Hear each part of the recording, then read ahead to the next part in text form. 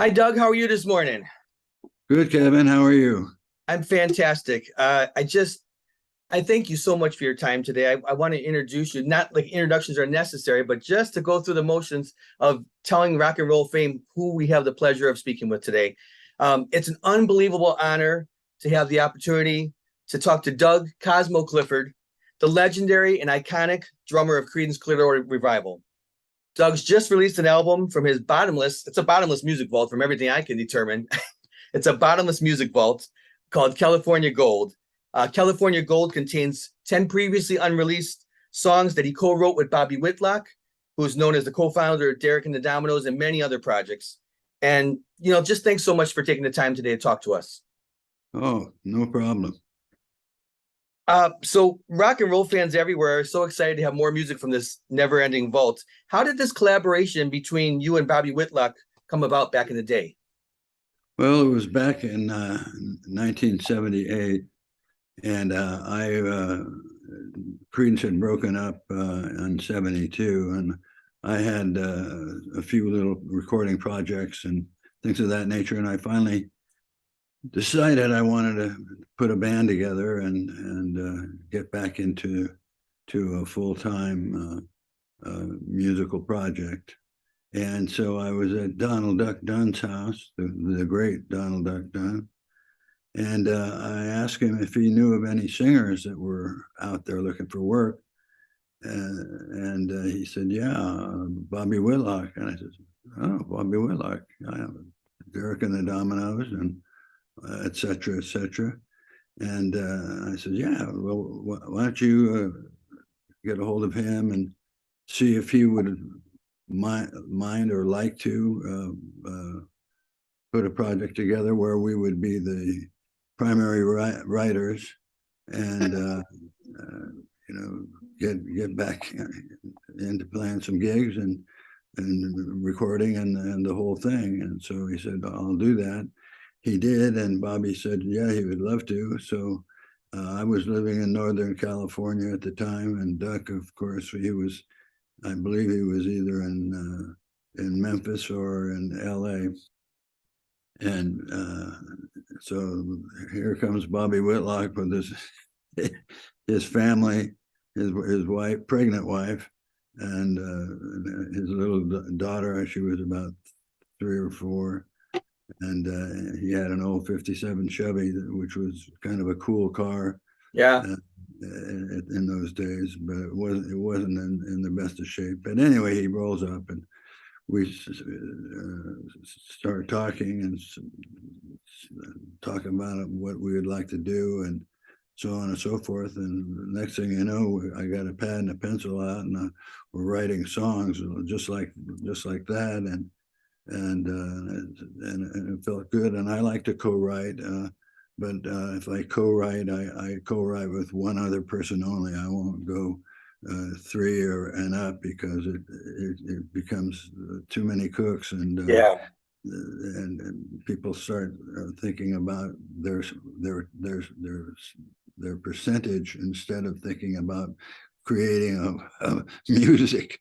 And so that we got that out of the way. There was just the two of us, and so anyway, we that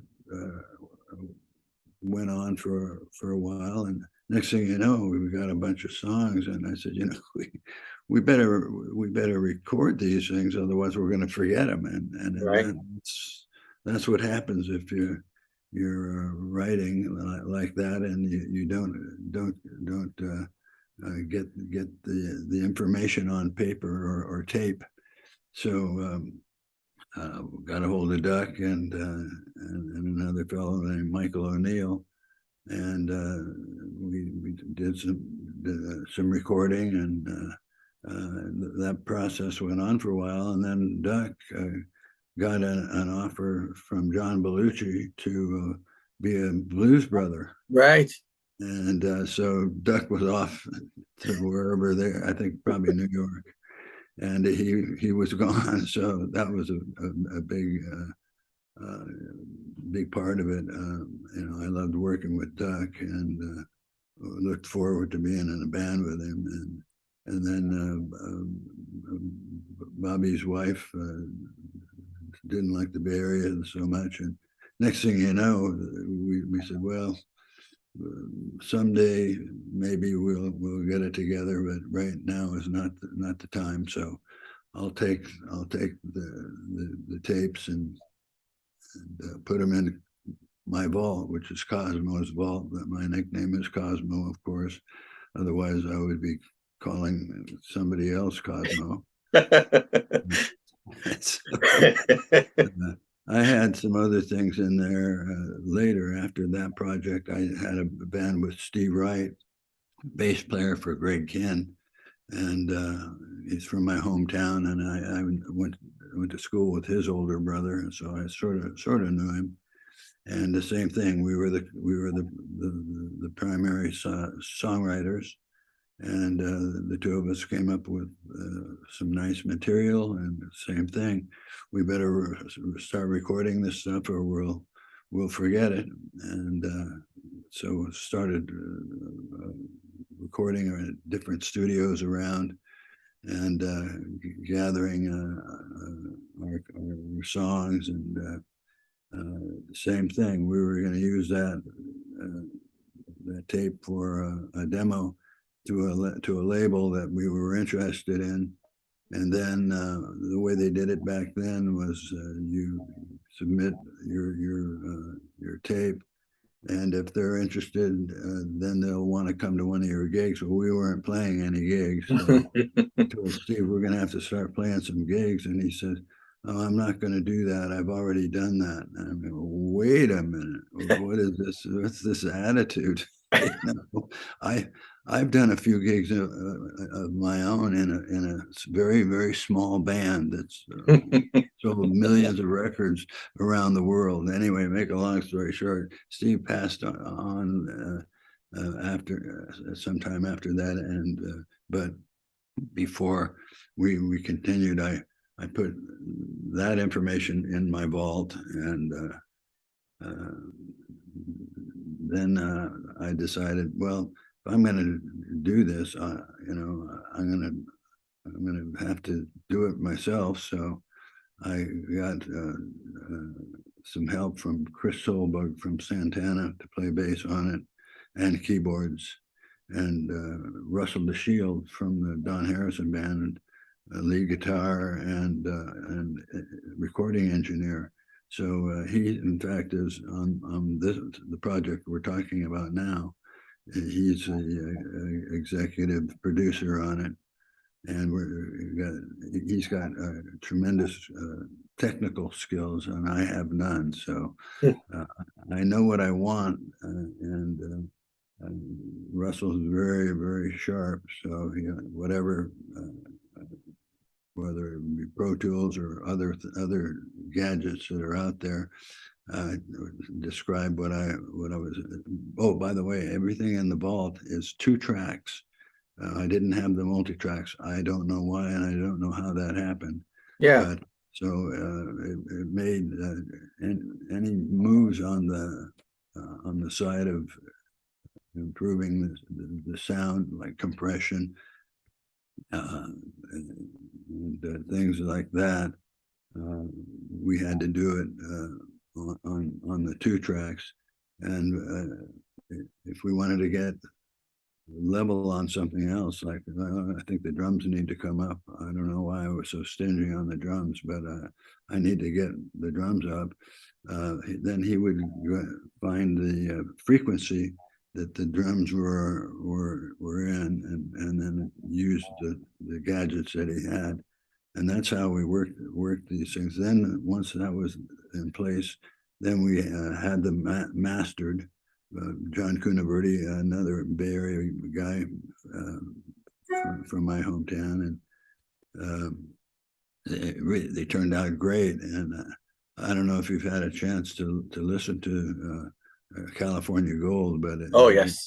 Yes. It's a rock and record. It's really good. You I know, love it. I love it. And I was going to mention to you that the one thing that, when you hear the opening, when you hear Good Times start and you hear that Hammond B3 organ and hear you pounding away at those drums, you know that you're in for, a sonic treat from the back in the day. You know what I mean? Some things are so overproduced in the current world, and when you just hear the good rock and roll of that and you hear that Hammond B3 come in and you hear those drums and you're like, yeah, this is gonna be a good album. That's a great lead off track.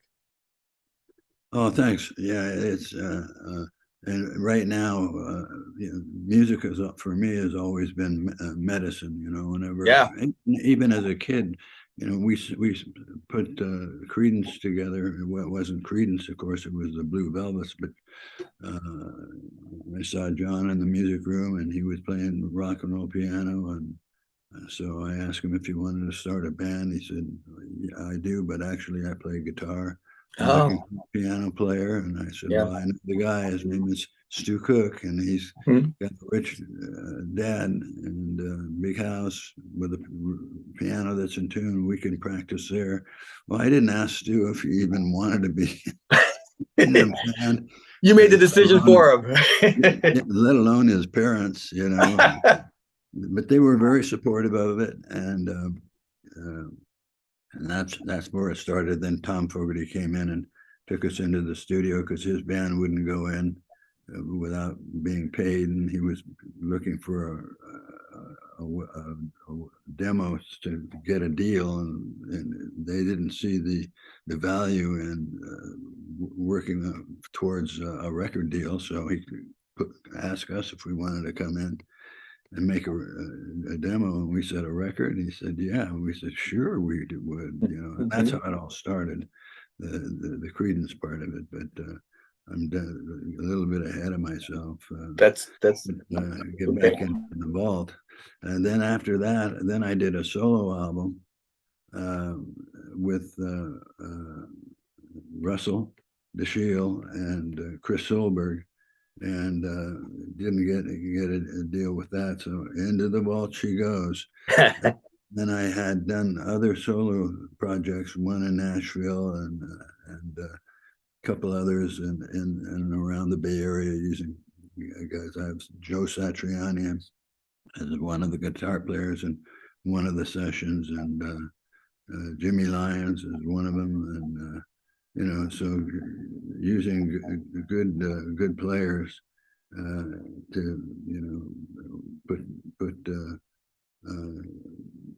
something down on tape to for the future, but it was not to be. So in it went, and I moved out of the Bay Area at that point up to Lake Tahoe, where I still live, and I have to look over my shoulder when I'm putting the garbage out to make sure a bear is not on my trail.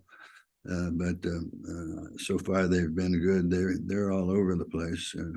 My daughter had one in her backyard the other day. Oh But wow. if you don't act foolish around them, they're not going to bother you. They just want the garbage. They don't want you. And but anyway, I was going over what I had in the vault, and the Whitlock project came up, and I said, I think we had some pretty good stuff. Duck Dunn was on half the tracks on bass, and but he would have been on all of them if he didn't get the Blues Brothers thing. But we were happy for him. He became a star in his own right, not just by being a bass player, but by being a comedian. He's one of the funniest guys you'd ever meet. I miss Doug a lot. But anyways, I got it out, and everything that's been in the vault had to be baked because it was uh, 45-year-old stuff, and Right. the audio tape. There's a process that you heat it, and I didn't get near that. Neither did Russell. He didn't know that was a new one, but we knew somebody that did, and every one of those tapes came out perfect. They played, and so what happens when you do that? You have like a week or two to get that information on digital, where it'll be saved. Did that, and that came out perfect. So I had one of the tapes with Steve Wright, an album's worth. So we put that out, and it got a little action. So I thought, well, I think the best one in there is the one I did with Whitlock, and sure enough, it turned out that way. So I'm out shopping that and trying to get airplay. The way some things never change. Radio, the way it runs now is different, but the motive is the same. You get airplay on it, people get to hear it. That's critical. And I think that if people hear this thing, they'll be quite surprised and really happy that they got the kind of rock and roll that we were playing and enjoying. So I want to share that with the world. Well, when you talk about that and you say, when you talk about the process, having to bake the tapes and all of that and 2 tracks and everything, when you listen to the final product, it's amazing. Think about that. Thank goodness, first of all, that you have it still after 45 years, that the tapes were, usable, because you hear so many stories in the industry about maybe a fire in a vault and they lost all these recordings. Major labels lost recordings on artists back in the day, and so many situations like that. Thank goodness that was safe, and that in the baking process and everything, and then put into digital. It sounds amazing. It really does. You think of that.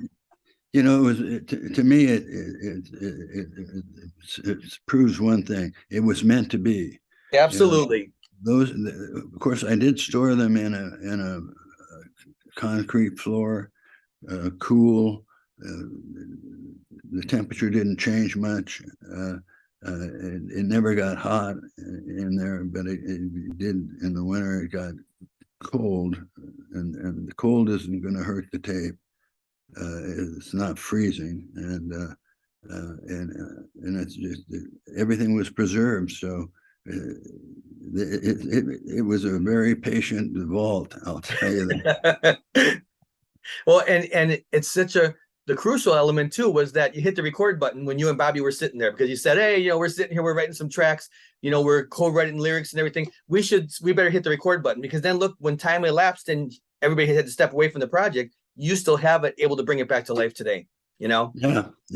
He's very happy that I got it out, because he hasn't had a lot of music projects of late, and it's nice to have something excellent drop out of the sky, so to speak. And he's we co-wrote all the material, and so we've got control of the publishing.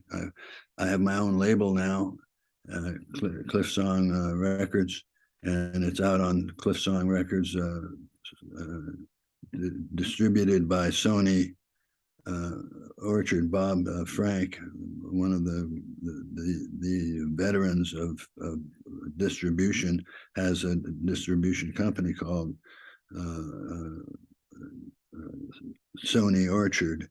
And so I've got all of the things that I was trying to get with these demos in the first place, and it ends up turning around where I get all of it. I get the label. So I've been under contract as a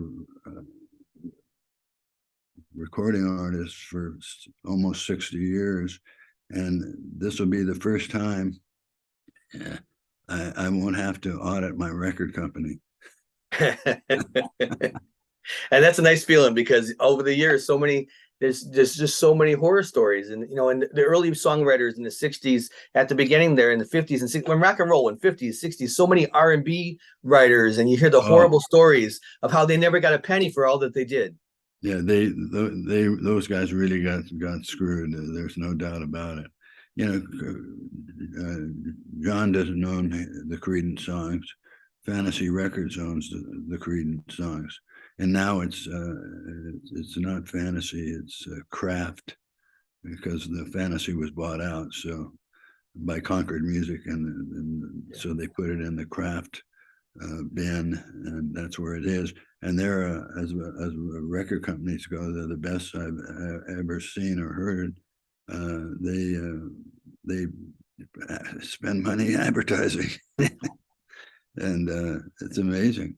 And of course, those records continue to sell like there were a group of now.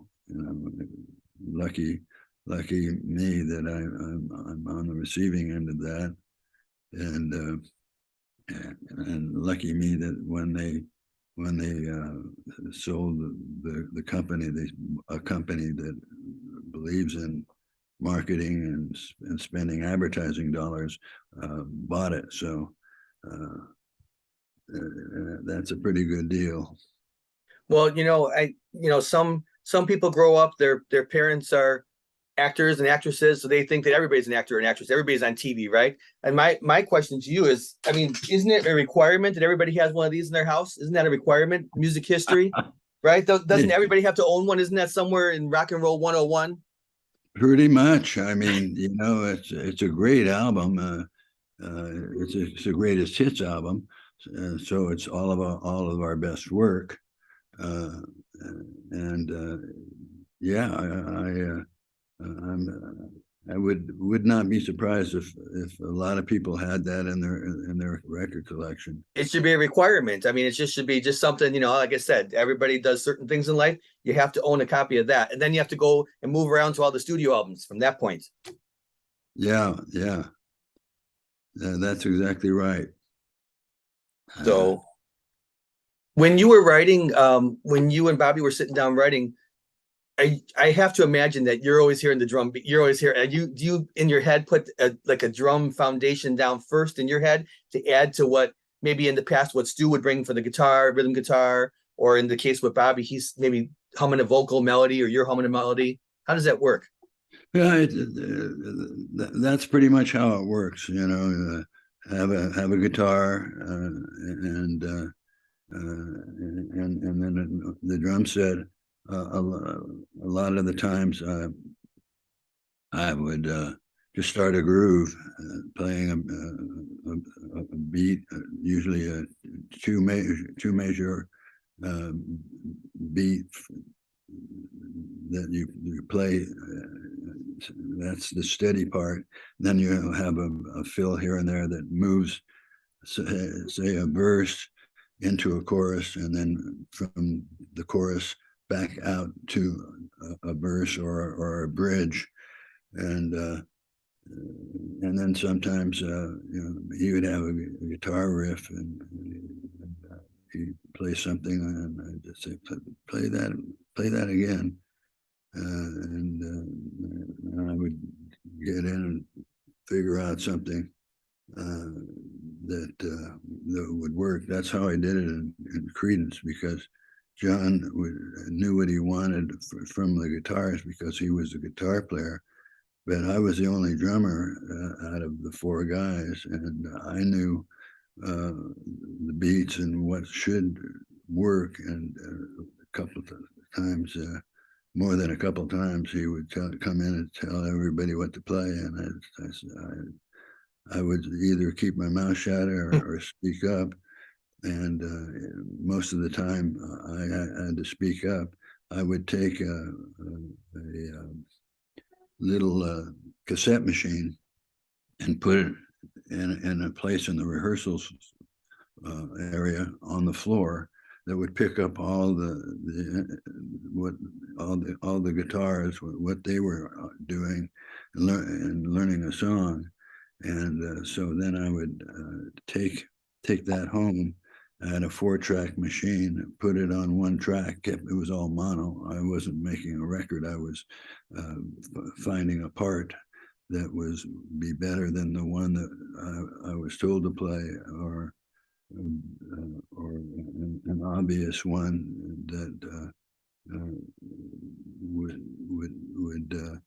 work with the song that or songs that I was working on. So I would do a lot of that at home at night, and just going from the one track idea, and I had 3 tracks to monkey around, so I could put things against each other and see if it was going to work. And that was a really good way to do it, because I didn't have to sit and perfect example is Who Will Stop the Rain. You listen to Who Will Stop the Rain, and it's just full of drum fills, and their fills kind of built off of a triplet. They're not that strict triplets, but a triplet feel. Mhm.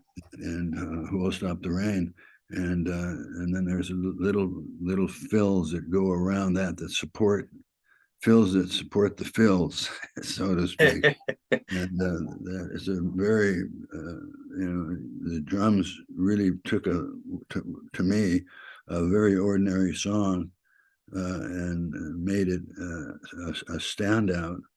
And the same thing with Susie Q. Susie Q was an eighth note song, a rockabilly song. I never liked the original. It was one of John's favorites, but I never liked it.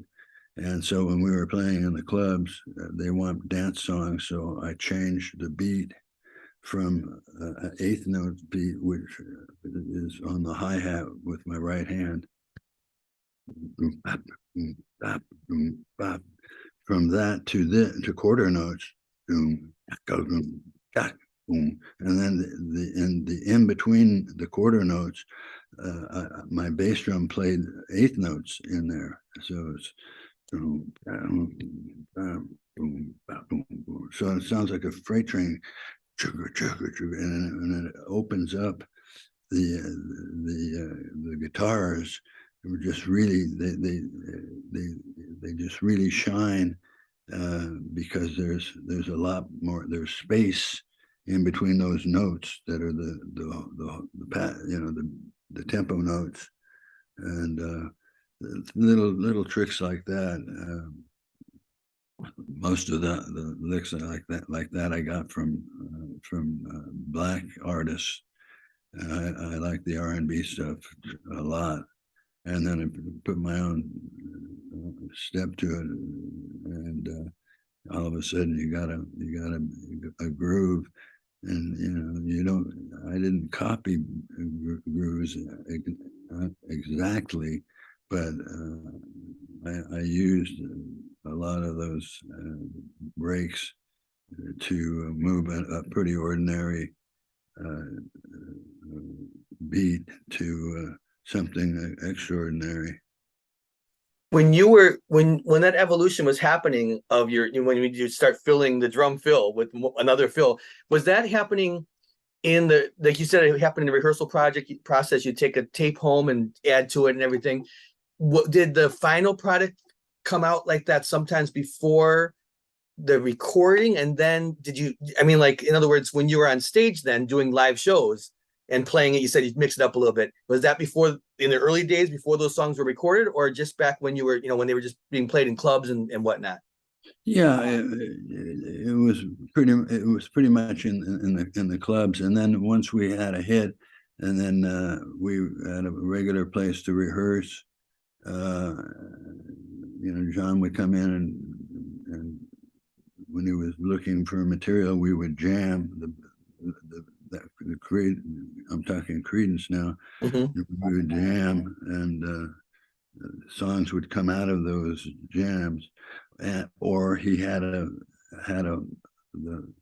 song with the parts that he wanted complete, and if I thought I could improve on it, then I would, and I would fight for that, whatever it was that I came up with, to be the part.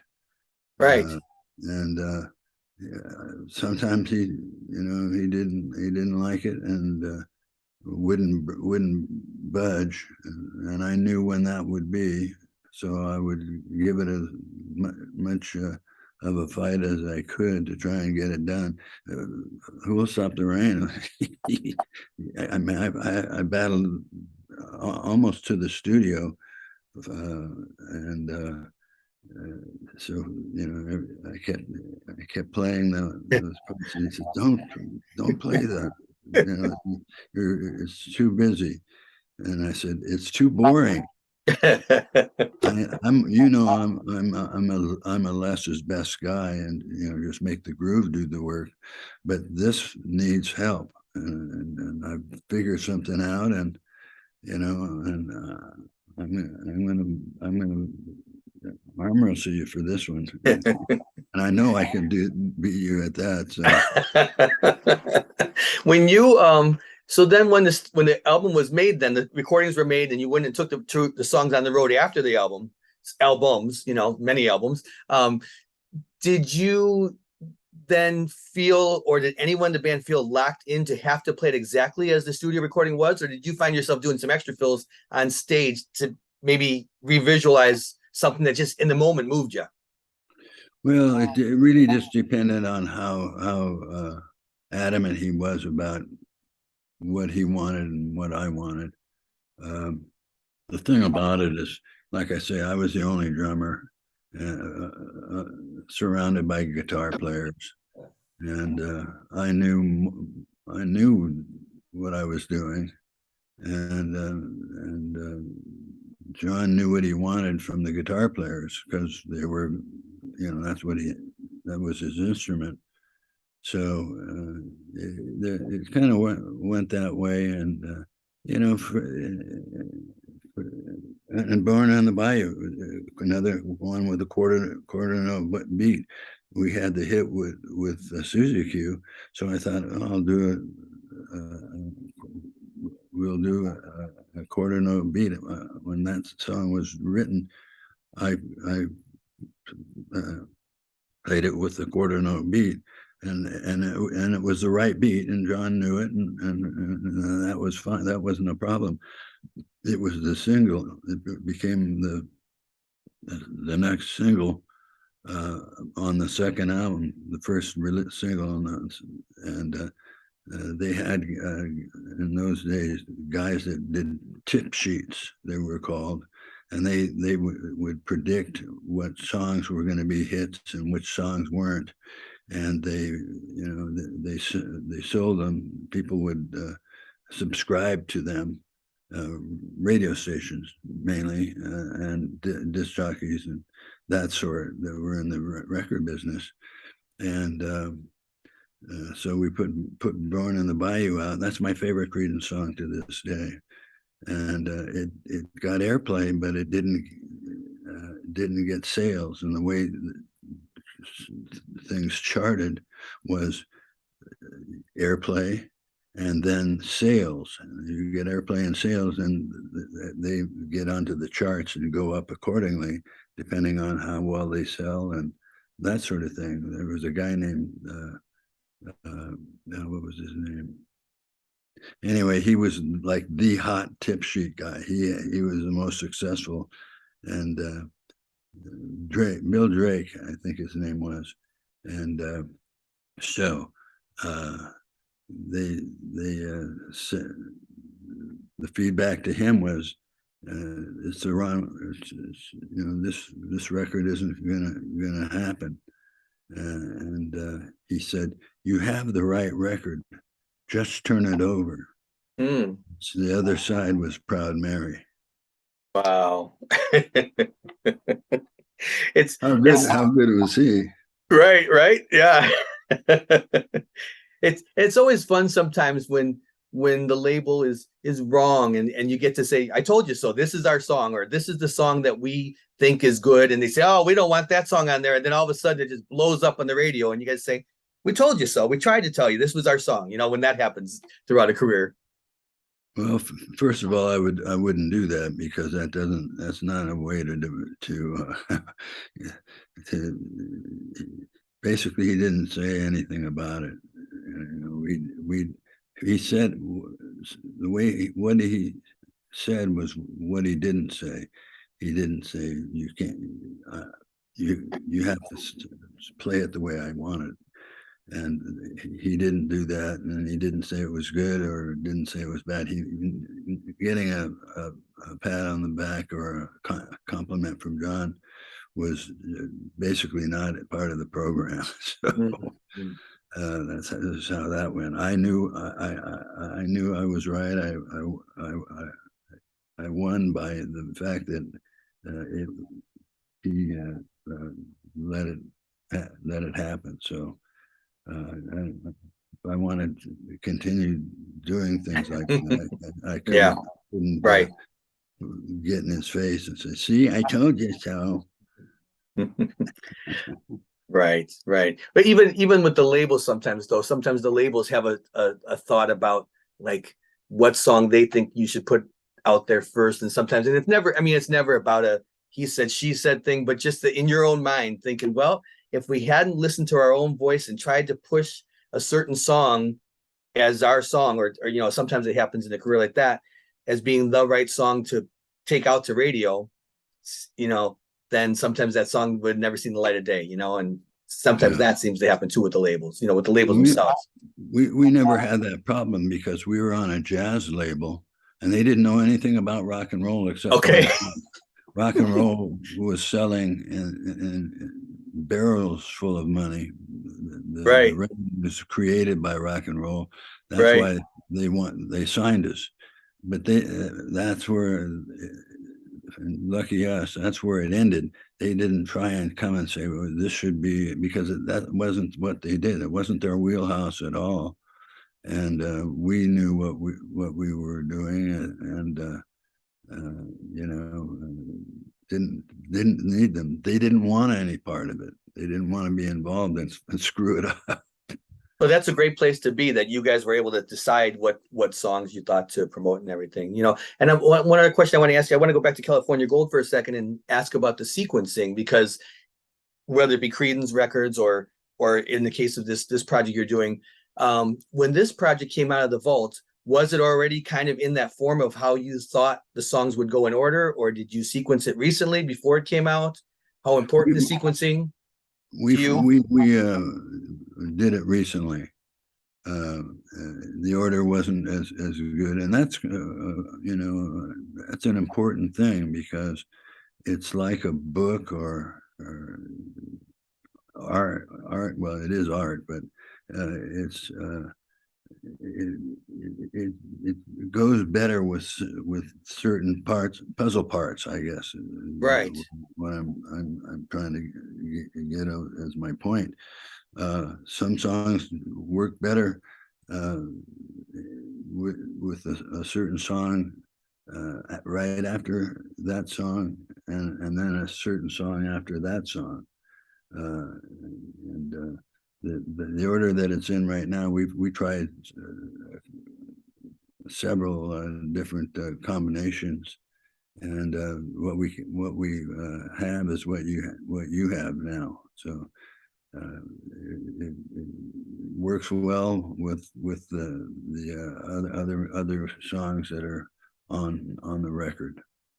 So when I think of, I agree with you so much about how sequencing is so important, because it really does kind of, it's the vision of how these songs came to life in your minds too, and how they fit. And so of course we want people to hear the songs in any way they're going to hear them, but how do you feel about the fact that with some of the streaming services now, people hit a shuffle button and they might hear the songs either in a different order or hear one of those songs, when you really as an artist thinking this is a body of work? Yeah, well, also as an artist, it is show business, and you know they can go home and listen to any way they want to, just so long as they're listening to it. It's something I always I teach music. I've been around. I've done a lot of different things in music, and I always, when I'm working with young people and when I teach them, whether it be vocal lessons or whatever, or we're just talking about music with young people, I always try to encourage them to listen to something from start to finish, some of the classic records, you know. And you guys have had so many in your career, and to listen to something from start to finish the way that the artist intended, you know. And of course, like you said, whatever way they're going to listen to it. But today, so many people are hitting a button and hearing the track here and the track there. But I always try to encourage them to hear that whole body as it was written. Well, yeah, you can just tell them that it's part of the it's part of the art. An album is ours is 10 songs. 10 is a good number. Sometimes 11, depending on the material you have. But you don't want to. You want everything that's on that record to be strong and support the music around it. And you get a little extra jelly that way, and I like jelly when it's in the groove. Yeah, yeah. Um, Also, kind of along the same lines, again, we want people to hear our music any way that they can be heard. But with technology, people listen to compressed files now, MP3s, where when you're in the studio, recording, and you've got all the best equipment and the best producers and all of that, and then it gets compressed to a tiny file. We want them to hear the song, but there's so much that goes away when it's compressed to its finest bit. Well, yeah, that's up to the producer, and I guess it's a model for radio, and that's what they're doing. And then, of course, when you take that home with you, and it's really been compressed, it's going to sound different than it did on the radio, because Right. they set it up to make for radio play, and a lot of the time that it has a big effect on the bass, and that's to me is what shows up the most when they use compression, and then it's kind of opposites. The bass and then the top are affected. So it ends up changing the mid range, which is rock and roll is mid range. It's funny. Some guys do it and some guys don't, and uh, or they have a record or a song that has those compression and some EQ they get happy with. We use EQ because we only had 2 tracks to work with, and if we and EQ. Uh, so you really had to be careful because you're affecting whole parts of the record, not just one little part of it. So that was another thing that as a producer, I produced all those records, and ran the sessions and did the mixing and all of it. So when I wish we would have had the multi tracks, and like I say, I don't know what happened to them. The vault wasn't very nice to them. I don't like you multi trackers. Get out. Do you have a favorite track on California Gold? Maybe a track that was the kind of the first one when you put pencil to paper with Bobby, that kind of first came out of that very first sit down, the first couple words or the first couple licks or the first guitar, first drum roll, that kind of paved the way for the rest of these songs to be composed? Well, I have two, and they're next to each other. I think the best song as a song, and I'm the lyricist 90% of the time, uh, is it's Darkest for the Dawn, and it's a it's a I've heard my grandmother say that, or my mother, or it's something that people use as an example, and of hey, it's going to be all right. Well, there's a million songs out there that it's going to be all right. But it's another way of saying that.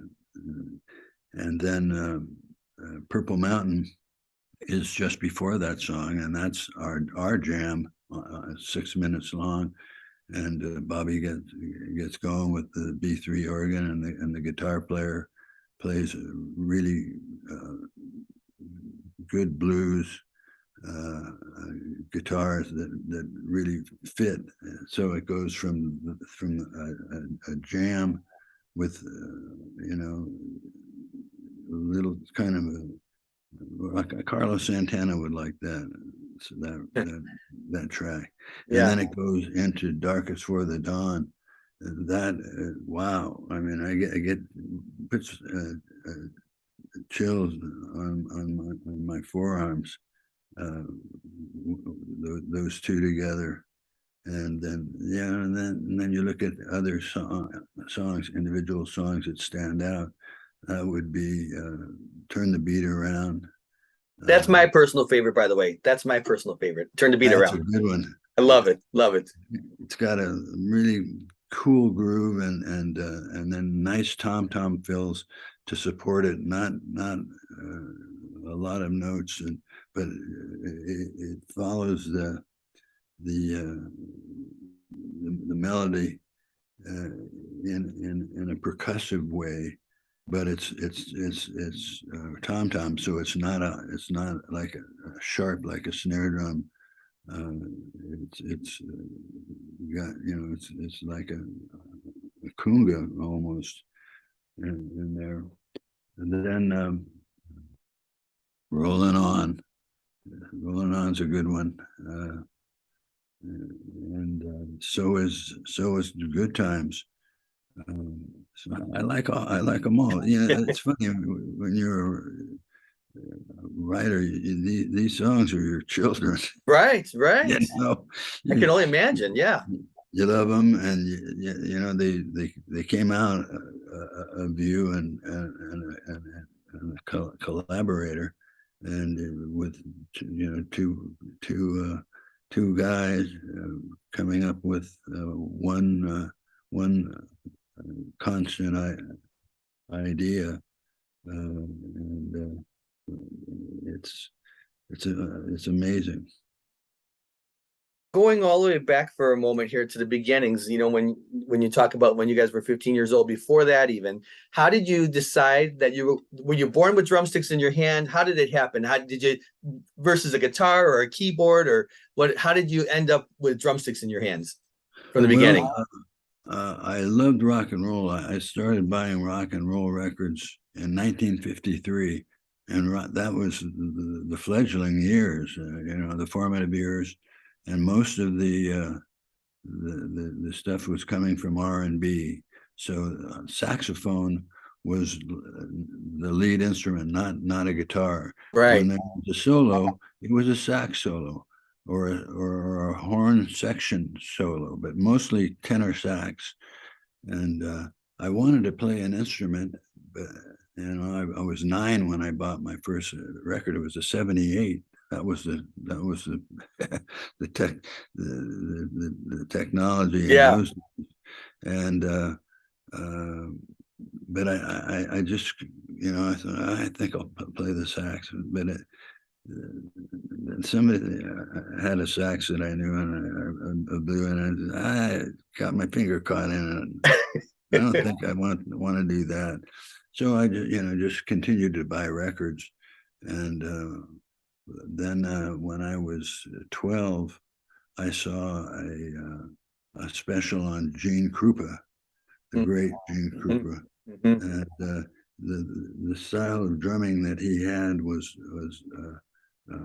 not Buddy Rich. The classic record, the drum battle against Buddy Rich and against Gene Krupa, and Gene Krupa played uh, stuff like jungle stuff. They used the toms a lot. Buddy Rich used the snare a lot and played 100 miles an hour. And, Mhm. I admired the speed, but it didn't have the Krupa caught me, and the things that he was playing kept me where I was when I first started listening to it, and I saw him on television play Sing Sing Sing with the Dorsey band, and he had a white sport coat and not a bow tie, but a Caribbean tie, I guess, whatever. But and then black greasy hair. He had that magic, and he didn't play fast. He played things that supported the melody of the song and the tempo. So it got both sides of it. And that when I said, I want to do that, but I want to play rock and roll. And that I went and bought a snare drum and started listening to I was listening to the radio, but I listened to it in a different way now. I listened to what the drummers were doing, and top 40 radio and R&B radio. So I started listening and imitating, emulating, whatever, with my books and a brass lamp, a little brass lamp that was very popular in the 50s and 60s, and pencils. My mom would come in and check on me and see I was doing my homework. She said, "Are you doing your homework?" And I said, "Yeah." She said, "Well, that's funny. You haven't sharpened your pencils." Oops. I will. But I was right just now, about to do that. I was just about to do that. oh yeah, right now, English and math have to take a back seat. That's how that one transpired. When you were when these times were going through and you're seeing, like you said, Gene Krupa on TV and these different percussionists, did you in your mind say, this is what I want to do with my life? Or I mean, did it just kind of work? I mean, it worked out. The dream came true. The dream came true. But when you was anybody in your family trying to guide you to be down a certain path with a career? I mean, you were young. You have it very young, 15, you said, when the first band. But was anyone trying to guide you down a different path? You have to do this. You have to be this career with your life, or? Well, my dad wanted me to be a machinist because he was, and he said he said if I was interested in it, he would teach me about it. And I said, no, I don't really want to be a machinist. But I didn't say I want to be a drummer, because I didn't think that drummers had jobs. I mean, it's too much fun. How could that be work? Right, right. And so it was something I wanted to do at the time. Rock music was growing, and it was going into the Memphis area, not at Stax Records, but at Sun Records, and the horns gave way to guitars, and that's kind of what happened. The black bands had horn sections, and a lot of these guys were playing behind a lot of different artists. In other words, a lot of it was in New Orleans. There was a studio guys there, and studios where the artists would come there and they would put together an album and record it, and that off they go. And if they were lucky enough to have a hit and needed to go out on the roads, there were the group of guys that would go out and support the artist and play, the music. So it's almost like a business that they had, and they would be, certain guys would request certain musicians from different studios to do their albums. A lot of them couldn't support a band of their own until they had a hit, and then once that happened, then they had enough revenue where they could take a band on the road and be able to have shows and get a manager and that sort of thing. Right, right. Do you think that during that period of time when people were definitely session musicians, either on the road or in the studio, were they? Would you think that the labels did pay them fairly to get them to get to that point where they could do their own thing, or do you think it was an upward battle for someone to go from project to project to tour before they could really do that on their own? Well, labels did do that. Labels joined into the recording club, and a lot of them had their own studios. And Stax is one of them. Of course, Booker T and the MGs was the house Right. band there. I mean, that's Al Jackson's my mentor, and my was as drummers go. As he was my favorite guy. We took him on the road with us because they had never really had the chance to play in front of big crowds. They were thought of as an instrumental band, Green Onions. So we took them on tour with us for quite a few dates. Made it real easy for them. Our crew took care of them.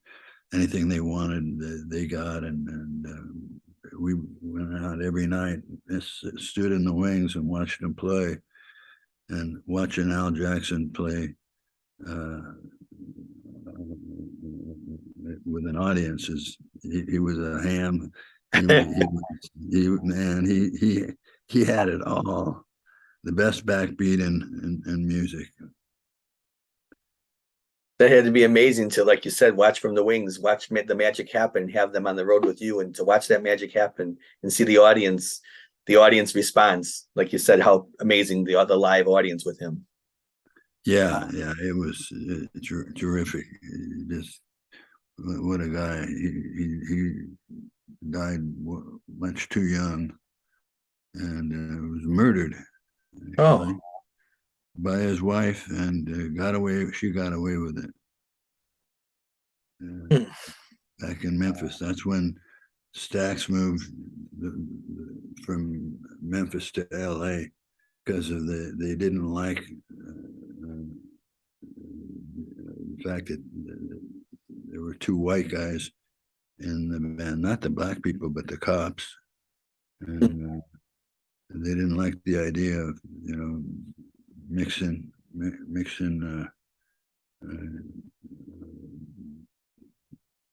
white and black, and it didn't matter that they didn't like the music either. So when Al Jackson was killed, his wife had shot him 8 weeks before and didn't kill him, and she shot him 4 times the next time, and her mother was there. She was ironing, and so her hands were tied behind her back with the cord from the iron, and she could have gotten out. It wasn't her mother tied it, this flimsy knot. When the cops came, she said some young guy ran in the house, ran in and got hit Al's gun and shot him 4 times and then ran away. Well, she's the one that got his gun. She had her mother tie her hands behind her back to make it. I mean, it was just so obvious. And that's when Duck said, "I'm out of here." Steve Cropper said the same thing, and Booker.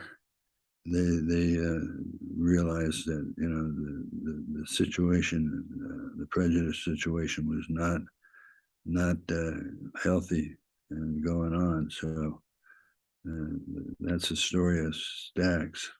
Such a tragic story. I mean, it's just that so many things uh, in the early formation of rock and roll. That so many stories like that, so many things, that would happen, and just they didn't come to, like you said, she got away with it. The didn't come to the light of day because there were prejudice, because there were situations, because there were whatever the case, and so many mistreatments of people back in the day that be. Yeah, Yeah. Well, Duck was afraid that, he might be next on the list, or Booker. They got the hell out of there. Yeah. Wow. I want to ask you a question about that when it all kind of clicked in for the band for Creedence. And what do you remember the first time you heard a song of yours on the radio and like just the amazing moment of that, what that was like to hear your song on the radio? Yeah. The first time it was, we were the Gollywogs, and we didn't name ourselves that. The guy that owned the record company did. He didn't pick the song that we wanted,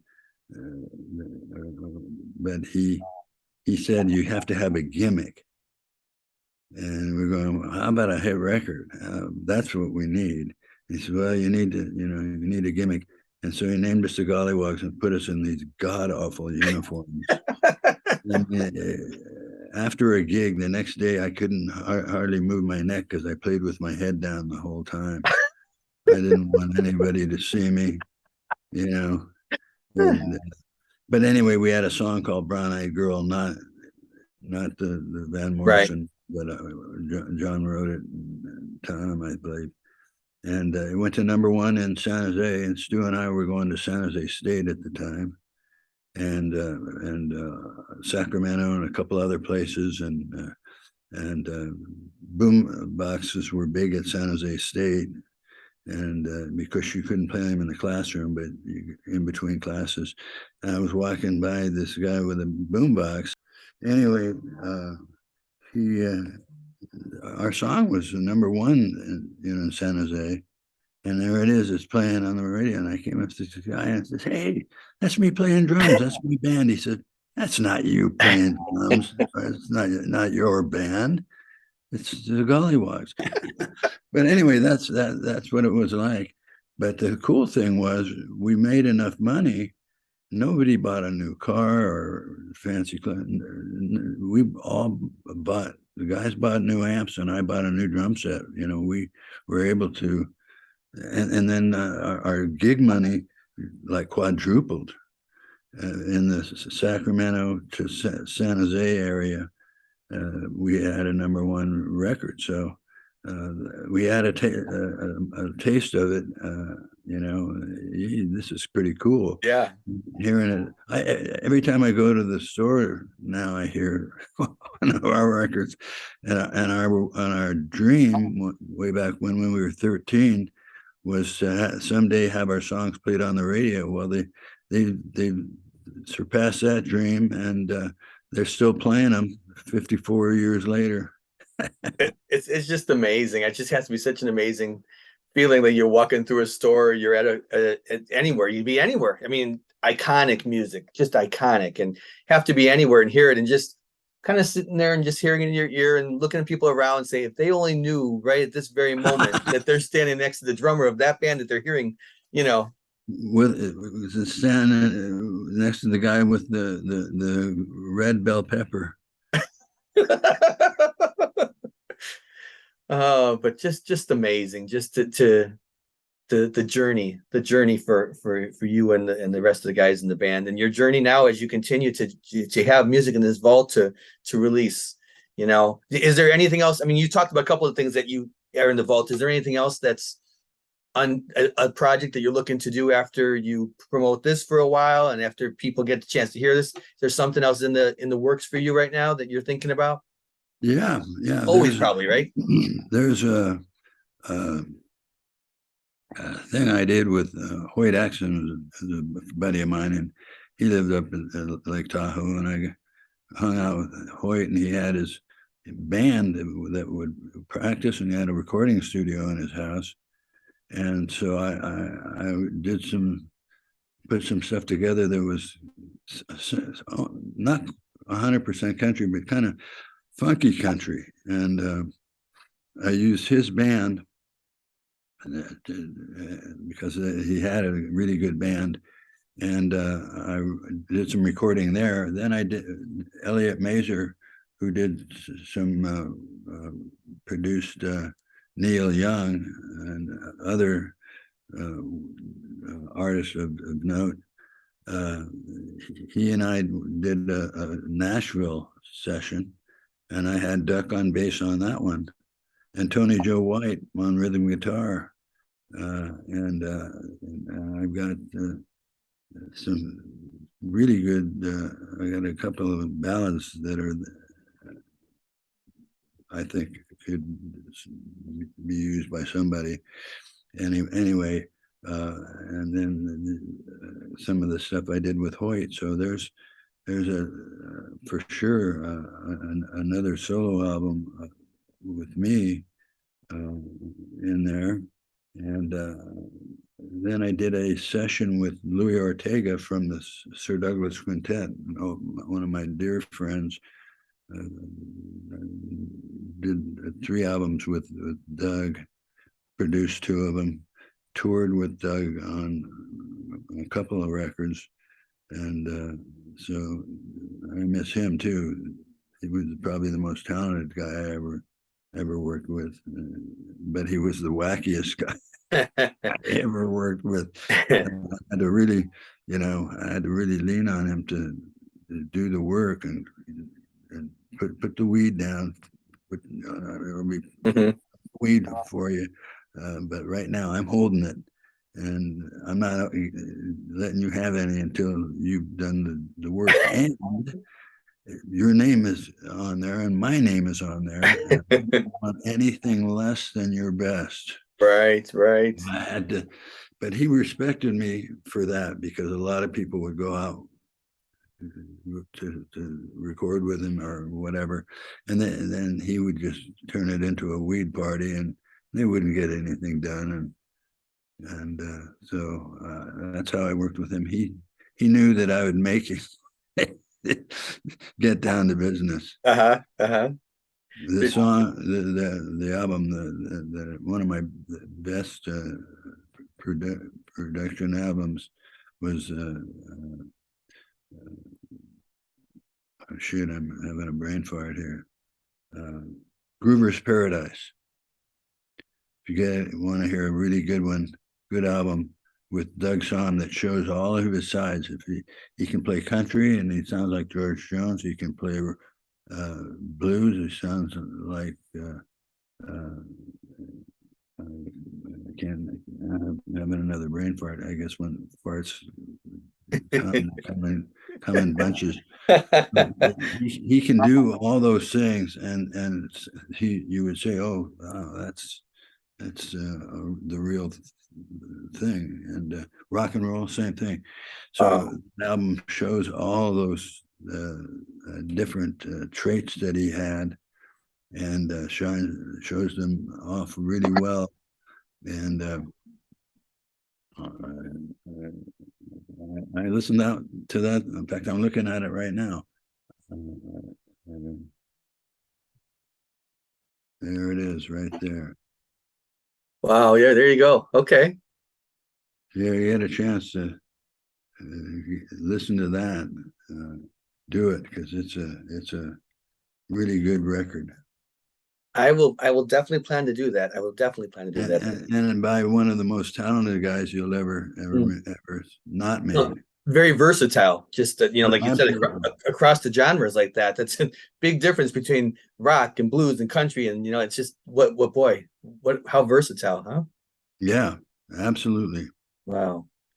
I want to respect your time today, and I'm so grateful that we got this time to talk. I want to just ask you a couple more quick questions, and we'll wrap things up for you here today. But I thank you so much for your time.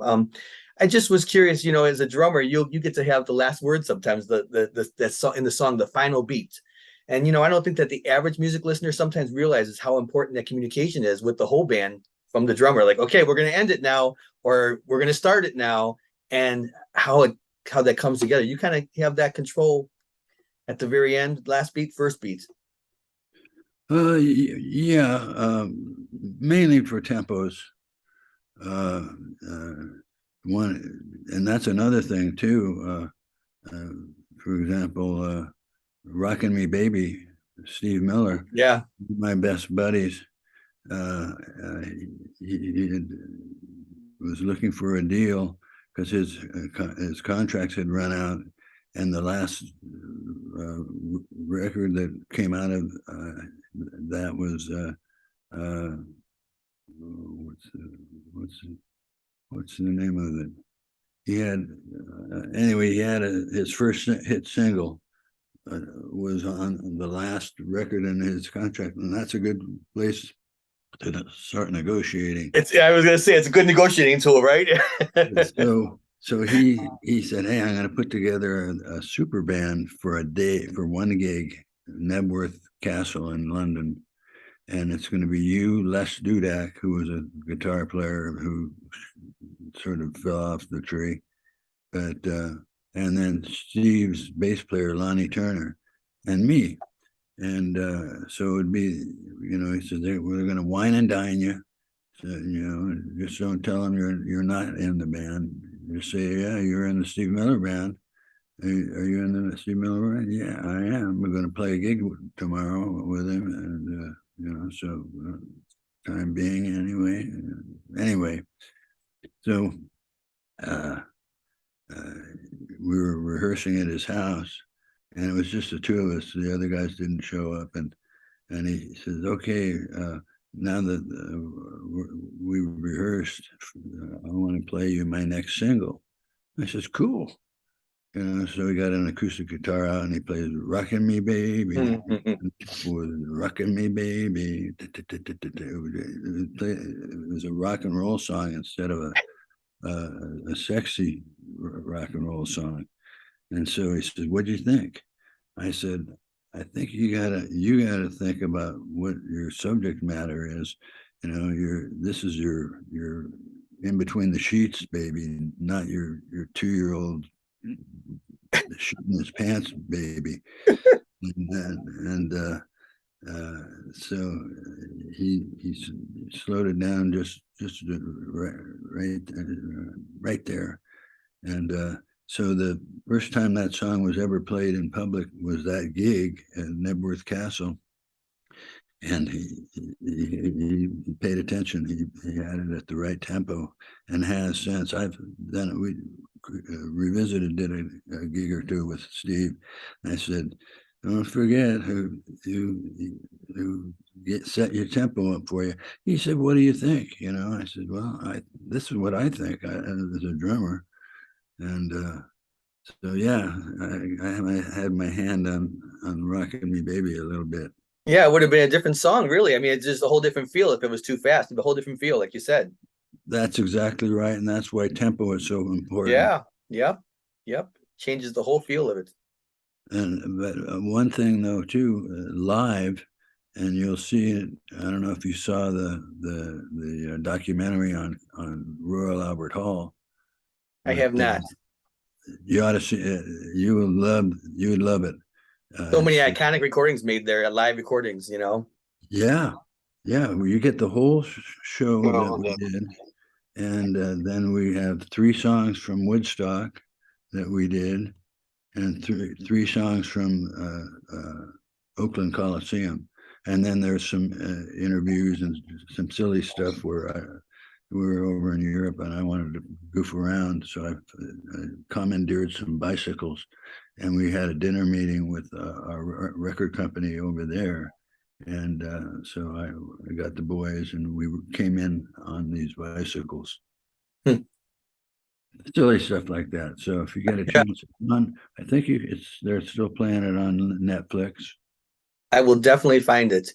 I'm definitely looking forward to that. And definitely. you would love it. Yeah. These are the things you don't see, right? Right. So many. Yeah, you're right. Absolutely. And they're not making any more of us playing live either. Right. But it's live at Royal Albert Hall. Creedence live at Royal Albert Hall. I will definitely check that out. So in 1993, the band was inducted into the Rock and Roll Hall of Fame. Now, everyone interacts with that differently, right? It's, to some people, it's a measurement of the ultimate success. You've had your successes all over across the years. Sometimes that's just one more accolade, but that's still a big deal. I mean, so people, music fans, and people in the industry looked at it as a big measuring stick. So that had to be a big honor to you. How did you personally feel about that honor? Well, it was bittersweet because John Fogerty refused to play with us. Right, right. And you want to, and we had all of our family, our kids with us. Yeah. And he didn't tell us what he was going to do. And he put Bruce Springsteen and Robbie Robertson on in our place. And it was the most humiliating thing in my career. And that one really hurt. He was good at hurting as a band leader.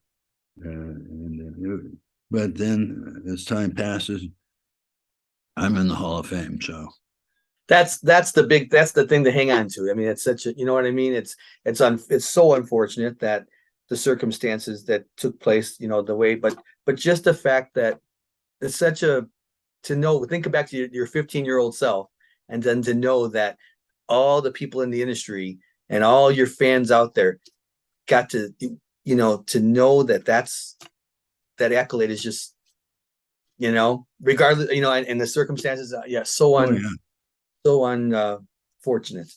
But you yeah. know in your hearts all the work that you did, and to get to that point, and that you earned every moment of that respect. Well, and that's how I look at it now. And the other thing that is meaningful is you're voted in there by your peers. Right, right. And I think that's what you're saying. Yes, yes, exactly, exactly. They knew. Yes. So, you know, it's an honor in that sense. And, you know, there's some pretty amazing people in that club. So, Yeah, very good company. Very good company. Is there anyone out there that you've always wanted to collaborate with that you didn't have the chance to, and you may still, you know, talk with them, or write some lyrics, or write, you know, anybody out there that you've always wanted to, or maybe someone that's no longer living that you said, I just really wish we could have sat down and done something. Elvis, Yeah, right. I've got an Elvis story. Uh, the when we were touring, there was a touring company called uh, Concerts West, and they were like the Rolls Royce of touring. And they would go out and they would do everything, all the advertising, set up the entire tour, and for a flat 10%. And that was about as good a deal as you could get because they were on it. And they had four artists that they had, only four artists, and they were number one. They had Frank Sinatra, they had the Beach Boys, they had Creedence, and they had Elvis. Wow. And Elvis was coming to the Oakland Coliseum to play. And he said, and the guy that Concerts West says, Elvis wants to meet you guys. He thinks you're great. He really wants to meet you guys. So come to the show, and we'll set it up.